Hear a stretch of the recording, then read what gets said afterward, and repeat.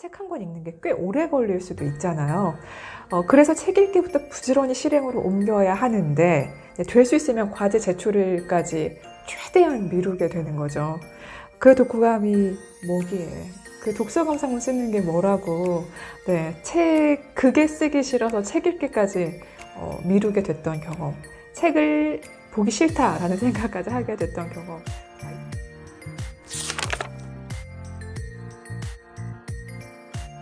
오늘 함께할 책은 말하기 독서법입니다. 마음과 생각을 함께 키우는 독서 교육, 말하기 독서법이라는 책인데요.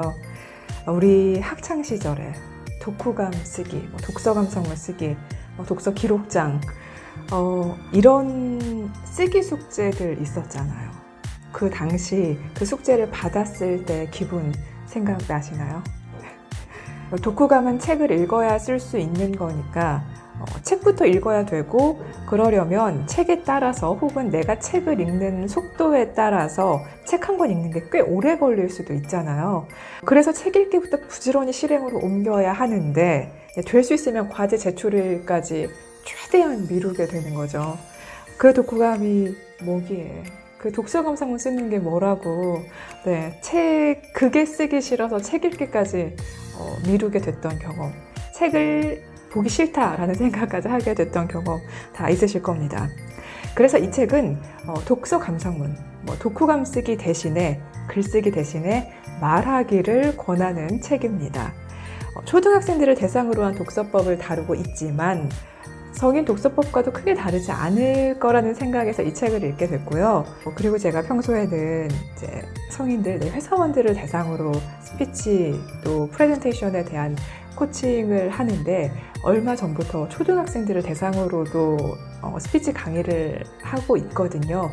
그렇게 다양한 아이들과 함께 하다 보니까 이런 경우에는 이런 교육 방법을 적용해 보는 건 어떨까 하는 생각을 하기도 했고, 또 이런 점이 또 보완되면 좋겠다라는 생각이 들어서 여러 책을 한번 살펴보다가 이 책을 읽어봐야겠다고 생각했어요.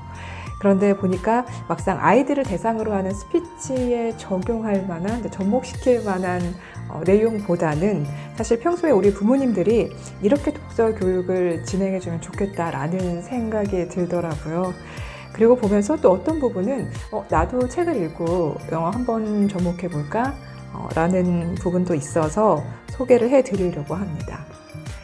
그럼 말하기 독서법이 왜 좋은지, 왜 필요한지에 대한 이야기는 저자 소개를 먼저 하고 시작할게요. 독서 교육 전문가 김소영 저자는 국어 국문학을 전공하고, 그리고 출판사에서 어린이 책 편집자로 10년 동안 일을 하셨어요. 그리고 독자와 어린이 책을 연결하고 싶어서 독서 교실을 열게 됐다고 해요. 그렇게 만난 아이들이 책 읽기에 빠지는데 그 비결이 바로 말하기 독서법입니다. 앞에서 말씀드렸지만 독후감, 독서 감상문 쓰기, 이런 것들은 우리 아이들에게 책 읽기가 하나의 강박, 스트레스로 여겨지게 만들기도 합니다. 이 책에 따르면 이제 부모님들의 같은 경우에는 독서 기록장이라도 있으니까, 독후감이라도 쓰게 하니까 우리 아이가 책을 읽는다라는 입장이고요. 우리 아이들 입장에서는 독서 기록장 때문에 책을 읽게 되다 보니까 독서의 목적이 독서 기록장 쓰기, 독후감 쓰기가 된다는 거죠. 그러니까 입장을 바꿔서 생각을 해보면 우리 학창시절 떠올려 보시면 잘 아실 것 같은데요. 책 줄거리 요약본을 찾거나 아니면 책의 앞이나 뒤에 요약된 부분이 따로 있었잖아요. 혹은 해설하는 부분, 이런 부분들을 옮겨서 독후감을 완성했던 경험 있으시죠? 네. 결국 글쓰기는 어른들의 욕심이라고 말합니다. 그러니까 독후감을 쓰지 말고 말로 대신할 수 있게 해주는 게 좋다는 건데요. 그러면 더 풍요로운, 더 풍성한 감상평을 하면서 책을 즐길 수 있게 된다는 거죠. 그리고 정 기록이 필요하다. 그럴 때는 이제 별점평가 같은, 우리 영화를 보고 별점 5개, 3개, 4개 이렇게 점수를 매기잖아요. 그런 것처럼 별점평가 같은 간단한 방식으로 남겨두기를 권합니다. 독서의 목적, 그러니까 책을 읽어야 하는 근본적인 취지를 생각하면 답이 나오는 거죠.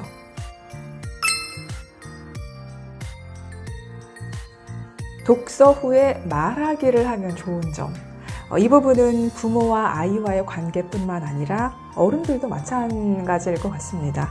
첫째, 저자는 대화의 질이 달라진다고 말합니다. 평소 나누는 일상 대화에 친밀함이 있다면 이렇게 책을 읽고 나누는 독서 대화에는 지적인 즐거움이 있다는 거죠. 그리고 둘째, 서로에 대해서 잘 알게 됩니다. 아이와 책에 대한 이야기를 나누다 보면 일상 대화에서는 나누지 못했던 것들, 그때는 몰랐던 생각이나 관점을 새롭게 알거나 더 깊게 알 수 있는 겁니다. 이제 거기에 또 우리 부모님들이 좋은 질문을 좀 더 해준다면 더 깊은 생각을 끌어낼 수도 있고요. 그래서 부모 입장에서는 아이들에 대해서 좀 더 깊이 알 수 있고 좀 더 다양한 입장을 알 수 있고 또 아이 입장에서도 부모님의 생각을 알 수도 있고요. 또 자신의 생각도 확장시켜 나갈 수 있게 됩니다. 그리고 셋째는 말하기가 반대로 아이의 독서에 영향을 줄 수 있다는 겁니다. 책을 읽고 말해봄으로써 책을 제대로 읽었는지 파악할 수 있고요. 확인할 수 있고요. 그리고 틀린 부분이 있거나 오해를 한 부분이 있다면 생각을 조금 수정할 수도 있고요. 그리고 무엇보다도 말하기를 잘 익히고 그게 익숙해지면 책을 생각하면서 읽게 되기 때문에 말하기가 독서에 더 좋은 영향을 준다는 겁니다. 그리고 마지막 넷째, 말하기는 결국 글쓰기와 연결이 됩니다. 다른 과정 없이 바로 글을 쓰려고 하면 막막하죠. 주제를 잡기도 어렵고 또 주제가 잡혔다고 해도 그걸 어떻게 표현을 해야 될지도 막막할 겁니다. 두렵죠. 그럴 때 말을 한번 해보고 글을 쓰면 한 번 더 생각이 정리되기 때문에 생각에 탄력이 붙게 되거나 혹은 생각의 확장이 조금 더 쉽다는 거죠. 그래서 이 책은 아이가 글쓰기를 어려워하고 두려워한다면 말하기부터 시작하길 권하고 있습니다. 아니, 그래서 그렇게 중요한 말하기 방법이 대체 뭔데? 라고 생각을 하실 텐데요. 아이들이 보는 책으로는 그림책이 있고요. 그리고 동화도 있고 시집도 있고 지식책도 있죠. 이 책에서는 이 책의 종류별로 말하기 방법을 알려주는데요. 저는 여러 방법 중에서도 아이들에게 좀 쉽게 혹은 기본적으로 적용해 볼 수 있는 것들을 하나씩 말씀드리려고 합니다.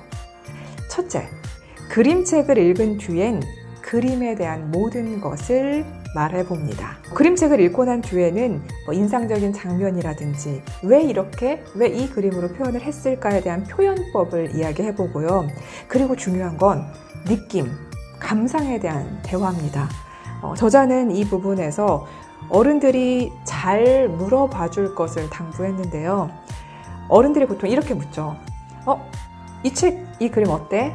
라고 물으면 아이들은 싫어요, 좋아요, 괜찮아요 정도의 대답을 하게 됩니다. 단답형이 나올 수 있는 질문이 아니라 이 그림 보니까 어떤 느낌이 들어?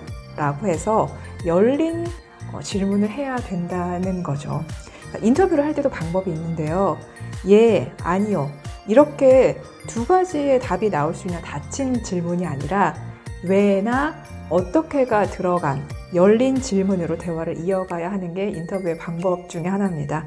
더 많은 생각과 감정을 끌어낼 수 있는 질문을 해야 된다는 거죠. 아이와 독서 후에 말하기를 할 때에도 열린 질문을 해야 책에 대한 감상 혹은 아이의 생각이나 느낌을 조금 더 풍부하게 이끌어낼 수 있게 됩니다. 둘째, 동화책을 읽은 뒤에는 줄거리, 인물, 배경에 대해 이야기해보는 겁니다. 이야기 구성의 3요소, 소설 구성의 3요소, 바로 인물, 사건, 배경이죠.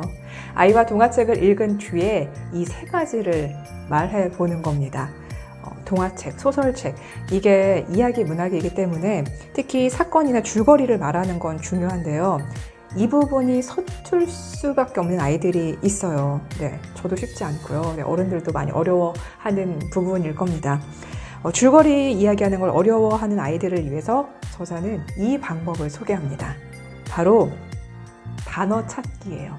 책을 소개할 때 꼭 들어가야 하는 단어를 떠올리게 한 뒤에 그걸 적게 하는 겁니다. 단어의 개수는 책의 분량이나 아이의 수준에 따라서 좀 조정을 할 수가 있고요. 그리고 그 적은 단어들을 키워드 삼아서 책을 소개하는 연습을 하게 하는 겁니다. 이때 아이들이 단어를 생각나는 대로 적게 되잖아요. 그럴 때 지도해 주시는 선생님이나 부모님이 그 단어의 순서를 정해주면 아이들이 그 순서대로 이야기를, 그 줄거리를 말해보는 거죠. 마지막 셋째는 지식책을 읽은 뒤에는 아는 것과 아는 것 같은 느낌을 구분해 줘야 합니다. 이 부분은 저도 많이 뜨끔해하면서 봤는데요. 읽고 있을 땐 분명히 안다고 생각했는데, 아는 거라고 생각했는데 막상 말해보면 쉽지 않은 게 바로 이 아는 것과 아는 것 같은 느낌을 구분하지 못했기 때문이에요. 그걸 잘 구분해 주기 위해서 책을 보고 새롭게 알게 된 지식을 말해보고요. 그리고 그걸 말한 뒤에 그 지식과 자신을 연결시켜서 말해보도록 하는 겁니다. 책에서 배운 지식과 아이의 일상, 나와 연결하면 그 독서가 더 풍요로워진다는 거죠.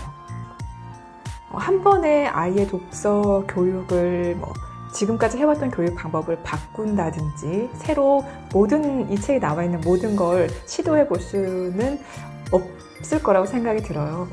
책을 하나하나 읽어감에 따라서 아이들에게 이거 하나 적용을 해보시면서 점차 이 방법을 좀 확장시켜 나가는 것도 좋을 것 같습니다. 이 영상 괜찮다. 이 책 한번 읽어보고 싶은데 다음 책도 기다려지고 궁금해지는데 하시는 분들은 구독과 좋아요 부탁드립니다. 그럼 저는 다음 영상으로 찾아올게요.